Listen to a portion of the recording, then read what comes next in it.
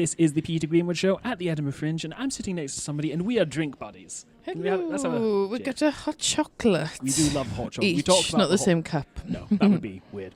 Yeah. Although not entirely unpleasant. Oh, I don't know. I don't even share a bag of crisps with anyone. Yeah. It's something. I'm very type B. Apart from when it comes to like sharing food, I'm just like, I don't want people's mouth. No offense. I don't want people's mouth bits in my drink. What I've noticed, especially since the pandemic, is you'd see those things on the video to be like, Pah! And how far people's breath goes. That made me really panicky. So now I'm like, everything is covered in spit. It is. It probably is. Spit and pee. When I was at university, so there was a nightclub, and it's closed now, called Willow. And it had, in the daytime, it was a Chinese restaurant, and in the night, it was a nightclub. And they used to still give out, like, prawn crackers for free. And they found that those prawn crackers are just covered in urine.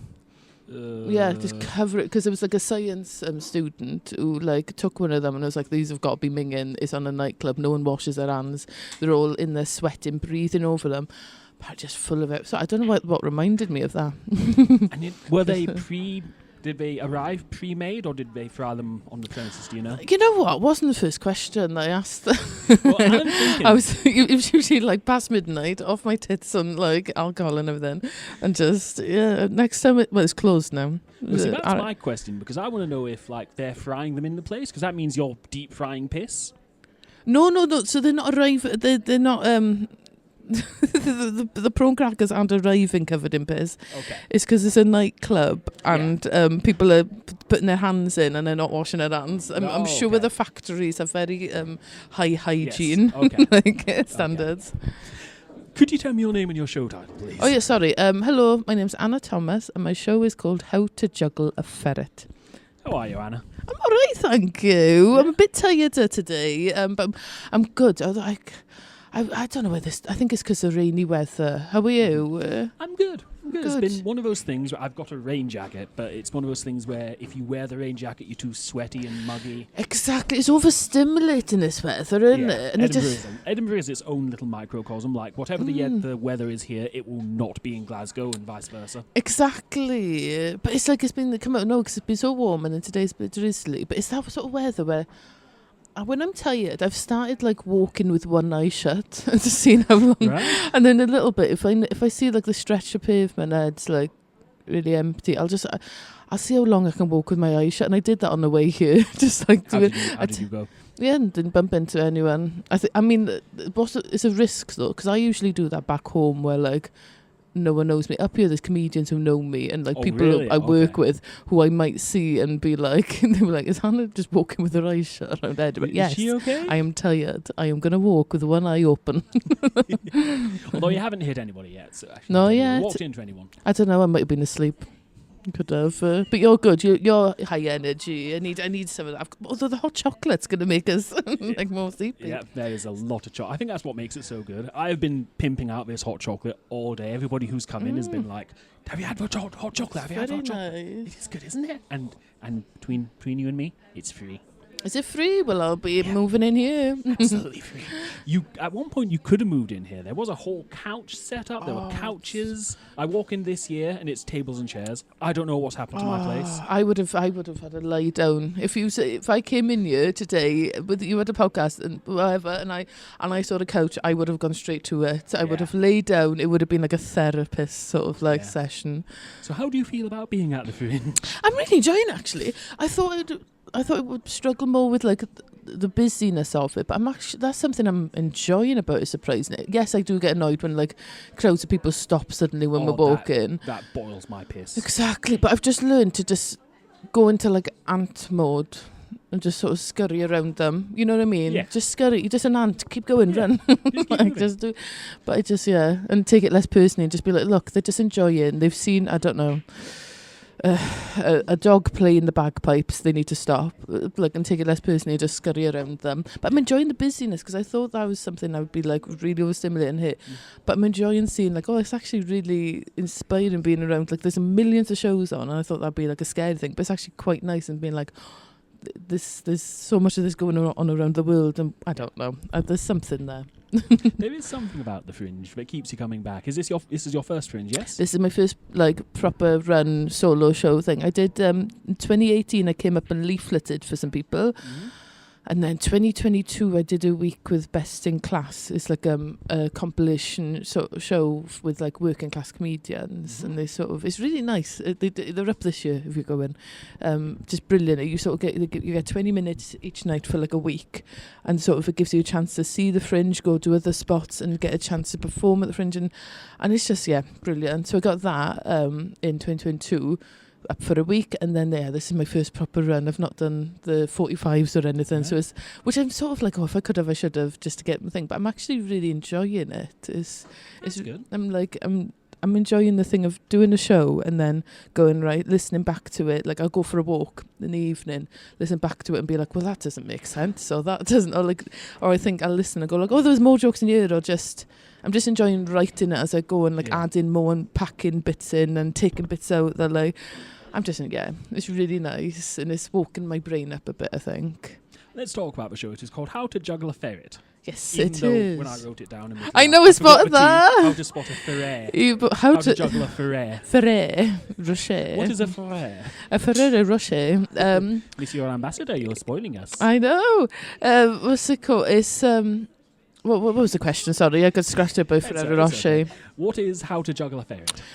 So my show's about me not really wanting to leave the house very much, and sort of reasons why. So I live with my mum and things like that, and I talk a little bit about grief and sort of a period of time where a few friends passed away in a really quick succession, and saying about how I sort of got myself the weird stuff that happened in grief with it, and also how I got myself up and going again. I'm sort of wanting to be part of the world again. It is a comedy show, I promise. There's some daft bits in it, but I'm scared because the title, I feel like I've given people a wrong impression, and they think it's like Cirque du Soleil with ferrets, which I might consider by the end of the month. Would you work with a ferret? I understand they're quite high energy. Yeah, I'd love working with a ferret. I think I've only met a real ferret in real life once when I was a child, and it wasn't just one. It was this was in my show, but I've taken it out. It was like a flock of ferrets. So a family friend, we went round their house when I was a child, and they used to, whenever we went round, they always had different animals. But this time we went round, and they had 7 ferrets just running around the living room. And I remember being like, what is happening? And no one told me, none of the adults were like, oh, by the way, Anna, that's a ferret. So I was like, what is going on? What's wrong with all these cats? And why are they doing a conga line around me? Why are they so angry? What's wrong with them? Oh, they're not. They're very busy. I feel like they're just little businessmen. I've got to go. I don't know. To Canary Wharf or whatever businessmen do. That sounds like something businessmen would do. Yes. And wear suits and go to Canary Wharf. Exactly. I don't know. I've never been to Canary Wharf, but it sounds like... I think I've been to the 2. I don't know. Have you met a ferret yourself? I don't think I've ever met a ferret. Have you not? Well, here's one now. It's like Jerry Springer. Yeah, we brought on a ferret. Yes. Oh, I'd love that. So how are you enjoying doing the show? I'm really enjoying it. I'm sort of I'm just enjoying each day's different, each show's different, and I keep just doing. When people say I saw it 2 months ago, I'm like I sort of want to say to them, you did, but you sort of didn't, because it's changed so much, and every day is changing. I'm adding and taking away bits and just playing around with it, and I really enjoy it because there's stuff in an hour that you can't do in a 20. Yeah. And I'm really enjoying that of sort of playing about and doing dafter things that I might not be able to do at, I don't know, Bobby's Laugh Dungeon on a Thursday afternoon. I can actually play around for an hour. I want to go to Bobby's Laugh Dungeon. Oh, you'd love it. Bobby is always welcoming. He'll put the kettle on for you. Is it? How much of a dungeon is it? Do they have torches on the walls, and is it chains and stuff? Everything. The lot you think of it, Bobby's got it. Wow. Okay. Yeah. You sold a ticket. Yeah. Oh dear. We're going places today. We're going places. So, what was it like putting these really heavy topics about grief and loss into a show? And how did you decide what to include? I didn't want to for ages to talk about. I really didn't. I don't even talk with friends about it for ages because I just didn't want to talk about it. And that's sort of how it ended up being in a show, because I was writing everything else but the grief and things. And I was like, it became like an elephant in a room sort of thing, where it was like, okay, she's doing some mad things, but she's not really saying why. And it's sort of like saying, I really don't want to leave the house. Everything feels a bit rubbish. I promise you this is a comedy show. But I believe you. It just ended up being just an elephant in a room thing. And I was like, one of my friends sort of said to me, Anna, because I sort of spoke to her, because it was when, her friends had passed away as well. And we were saying, she said, I asked her about, like, do you think I should talk about it? I said, I've been thinking about this bit and maybe, I don't know. And she said, Anna, if you go up, how would you feel if you don't do it? If you went up and decided, actually, no, I'm not ready to do it, to talk about this, how would you feel like once you're up there? And I'd be like a coward. Like, if the only reason I'm not talking about it is because I'm scared someone's going to go like, well, it's meant to be a comedy show. Why are you talking about sad stuff?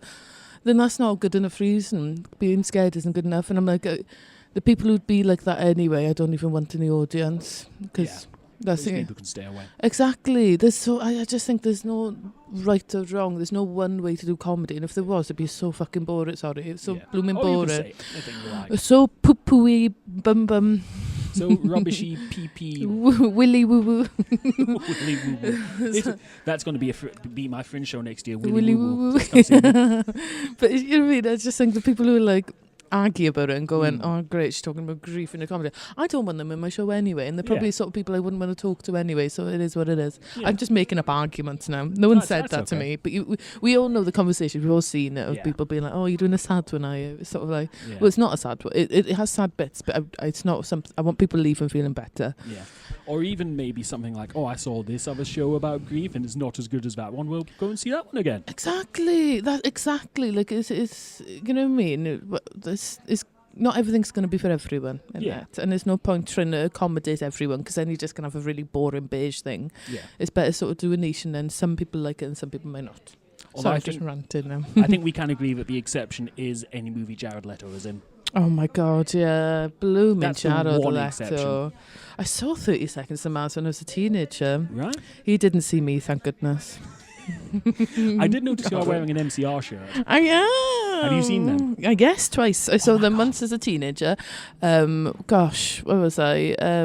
It was the... Do you like My Chemical Romance? Yes. So during the Danger Days thing, when he had Jared... I was going to say Jared Leto, bloody hell, he's everywhere. Jared Way, when he had the red hair. And then I saw him recently on the whatever it's called? The recent tour. The recent tour. I can't remember what it's called. But that were. Did you see it? I haven't seen them yet. Although I'm not super new to them, but I'm fairly new to them because I lost my dad a few years ago, and the Black Parade was kind of a soundtrack for that thing. Helena's very good as well. Yeah. Have you listened to that? Because when I was a teenager listening to like Dead Young, because my sister used to listen to it and things, and so you just listen to whatever your family listens, and then you sort of grow to love it. But when I listened to Helena when I was dead young, I sort of didn't realise the lyrics, and then listened to it older. It's actually really nice because it's about, like, I think his grandmother or something. But it's actually like, I nearly put it as my show music, and I was like, I'm gonna cry. So like, no. But that's really nice. It is, because it's triumphant, isn't it, as well? It's about celebrating the person and them moving on and being okay with where they are, and that's a good thought to have. Because you're not doing them any justice, sort of stopping and rotting and things, isn't it? You sort of like, you're doing. It's better to sort of carry the flame, like Black Parade sort of says, carry on, and sort of the Black Parade. Yeah. I really like that. That's lovely. Because when I was younger, I was full on goth. I was full on metal. I thought you were going to say when I was. When a young boy. Join in if you know it. My father took me into the whole bar. So what were you going to say? Sorry, I interrupted. I can't remember. When you were younger. Yes, when I was younger, I was full on into metal and what sort? Things. So a lot of Marilyn Manson, of course, a lot of although I'm not so proud to say Marilyn Manson nowadays. No, but we all listened back then. Yeah. I was a scene kid, so I was like the emos, but with like the neon colours. So I was the same. All of that, and like, who else? Slipknot. I liked Slipknot, but then they became a bit. My theory about a band is that when you can go into HMV and buy their T-shirt for $24.99, they haven't lost something, but they're not the same. Yeah, with the Nirvana t-shirt. Yeah. That's the thing, but I still love Nirvana. They're like my favourite band. They're one of my favourite bands. I love them so much. It's just comforting for some reason. I just find it like, because it's that outcast thing, isn't it? Or like, but happily an outcast thing of, without being pretentious about it. I don't know. I just love them. Yeah. I feel like Nirvana are very much the, as you said, like the outsiders, but nowadays an outsider, again, you can buy a £24.99 shirt with an outside band on, whereas I feel like Kurt really was like, fuck all that. Yeah, I don't want that. He would hate Nirvana fans now. I think he'd hate that you can buy them in Primark. I think he wouldn't like the t-shirts. He would be furious. He'd probably write a song like fuck Primark. It scares me because like those, I love Kurt Cobain so much, but like I always wonder, like, what would he be like now? Would he have been on Twitter? You know, someone who I think so much would have absolutely smashed Twitter. Not now, I'm not on it anymore. But you know, back heydays Twitter, 2012 or whatever, or 15. Mitch Hedberg, do you know him? Yes. I think he would have smashed Twitter. He would have been fantastic on Twitter. Exactly. He would have, oh my goodness. Love. He's someone I listen to whenever I'm like feeling like flat or whatever. I'm like, I don't know what a joke is. What is? I listen to him and he gets me in the right sort of like headspace. Yeah. Absolutely love. He would be great at that. Exactly. Who's your go-to comedian? Oh, I think it varies a lot. A lot of Robin Williams, a lot of George Carlin. Yes, beautiful. A lot of... Again, I don't want to say outsider comedians, but I don't think people like Carlin were ever really properly embraced by the mainstream. They are now, they're not here anymore, but Carlin wasn't afraid to turn up and be like, so, dicks! Yeah, it just said what he wanted, isn't it? Yeah. No, it's just, we're better for all having these different... I don't know what I'm trying to say. The hot chocolate's going to my head. It's lovely, though. You're very right about it. It's lush, very sugary. Yeah. I feel like a Tasmanian devil right now. That'll keep you going. Exactly. So what is next for How to Juggle a Ferret after the Fringe? I don't know. Because I've had people asking, are you going to take it elsewhere? At this moment, what date is it today? The early August. The 9th of... At time of recording, it's the 9th of August. 9th of August. I have no plans for it. It'd be nice to, like, take it, do, like, one more in Manchester or something like that, and one more here. But who knows? Because again, at the end of the Fringe, it'd be in a different place possibly from the start of it. Sort of like taking in adding bits and things and sort of, who knows? I'd love to. But if it's just a Fringe thing, I'm still so excited that I've had this chance to do this and do my solo show. Mad. Did you say you record them? Because that would be interesting. Like if you started recording your first show at the Fringe and then you record your last show at the Fringe, you know what? We should reconvene and go through them. So this was on night 14. This was what happened here. Oh, like Mike Birbiglia's podcast, and I rewrite the bits. I love that podcast, by the way, as well. What podcast? Mike Birbiglia. Mike Birbiglia, yes. Have you listened to it? Yes. I can't remember what it's called, but it's like he gets comedians on, talks about the processes of writing, and then they rewrite jokes together. Yeah. And I just find it really comforting of people being like, there's one I listened to recently, Nikki Glaser, talking about having to kill her darlings or something, having a joke she really likes and it's just not working. I'm like, same. There's ones that you just have to accept it and just be like, right, I love it, but they aren't taking it. Yeah. Which I am by no means a stand-up comedian. I don't really do crowd work. I've done a couple of like live lounges. You've got a microphone right now. I do. And I'm an audience. Nobody's paying attention to me, apart from you. And even that's doubtful because you've got hot chocolate, which is way more interesting. But I find that because I did a couple of live lounge type shows, and when I'd go for the laugh and it didn't work, that I would find funnier. Yeah, sometimes it's really funny when it's sort of, especially I do some like prop stuff and I'll hold up like a really stupid, like really massive prop that's been really like inconvenient to carry to the gig. It's heavy, this, that and the other. I've spent hours making it and I'll hold it up and the audience will look at me being like I've just posted it through their letterbox or something. And I find when the more inconvenient the prop is and the more it bombs, the funnier it is to me to be like, what am I doing? That shows who you are as a person. It's like, this is inconvenient, it's heavy, I am sweating in places I didn't know I had, I am taking this. Exactly. I am committed to this. Because otherwise, if it's just in my house, I think that's more worrying. Like, I can't say the props are like ruining the jokes, but like, what's a live lounge? It's like an open mic. Yeah, it was like the versions we used to do is there'd be like bands come in and play songs and stuff. So right, I'm with you. And you do like the MC in between or something? yeah, I'm with that you. was years. That was like 12 years ago. I did them. 12, 13 years ago. Bring them back. It's not my station. I can't. No. And that station doesn't exist anymore, so I doubly can't. Then do it right now. At the Fringe, anything can happen. Do you enjoy being... How did you get into comedy? Which is probably a question you're asked a lot, and it's a very broad question, but what is your comedy path? So, I've always enjoyed watching it and everything, but my first... So I got glandular fever in like final year of university. I had to drop out for a bit and rest. And there was like a few years between that, waiting for me to go back, because even when I was better and things, it was like waiting to get like room in the university for that final term. And so I was like really missing learning and stuff. And I was listening to loads of comedian podcasts, Richard Herron's, all that sort of thing, of comedians talking about how they got into it. And even at that point, I wasn't really thinking, I'm going to do comedy. It was more just like I enjoy comedy and it's nice hearing the process behind it. And then I remember just on a whim being like, I must have heard one of the comedians talk about a comedy course on one of the podcasts. I was like, I'll just have a look and see if there's one nearby. So I looked it up, saw one in Manchester, Frog and Bucket, went to it. Again, I was still in the headspace of being like, I miss learning, because I really enjoyed university. If I wasn't a comedian, I'd still be there doing something. But I really missed that. So I was like, I'll do this then for a few weeks, go each week to this stand-up comedy course, learn it, and maybe I'll help, because I studied English language and linguistics. I thought maybe I'll help, because I enjoy like semantics and something, I don't know. I think in the back of my head I did want to do comedy, but I didn't want to say. And then did the course and still was like, I'm enjoying this. Did my first gig, the showcase, fell in love with it and was like, oh shit, this is it. I get it now. That's the one? Yeah, because like people love like this horse riding people, football people, this and the other, like dedicate every weekend to everything. I didn't have anything like that before comedy, where I was like I had hobbies. I would paint and whatever and knit and things, but nothing I was like, I'm going to miss birthday parties for and stuff. And then, ticketed now. Oh, yeah, music started. Yeah. Here we go. Right, should we... What's what now? Oh, it's fine. Hopefully it won't pick up well. It just shocked me. So, what time's it? I do not know. We will find out.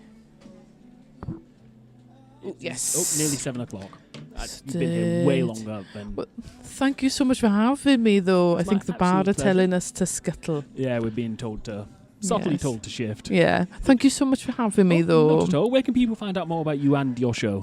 So they can follow me on Instagram. It's at Annatommy, ANNATHOMMY.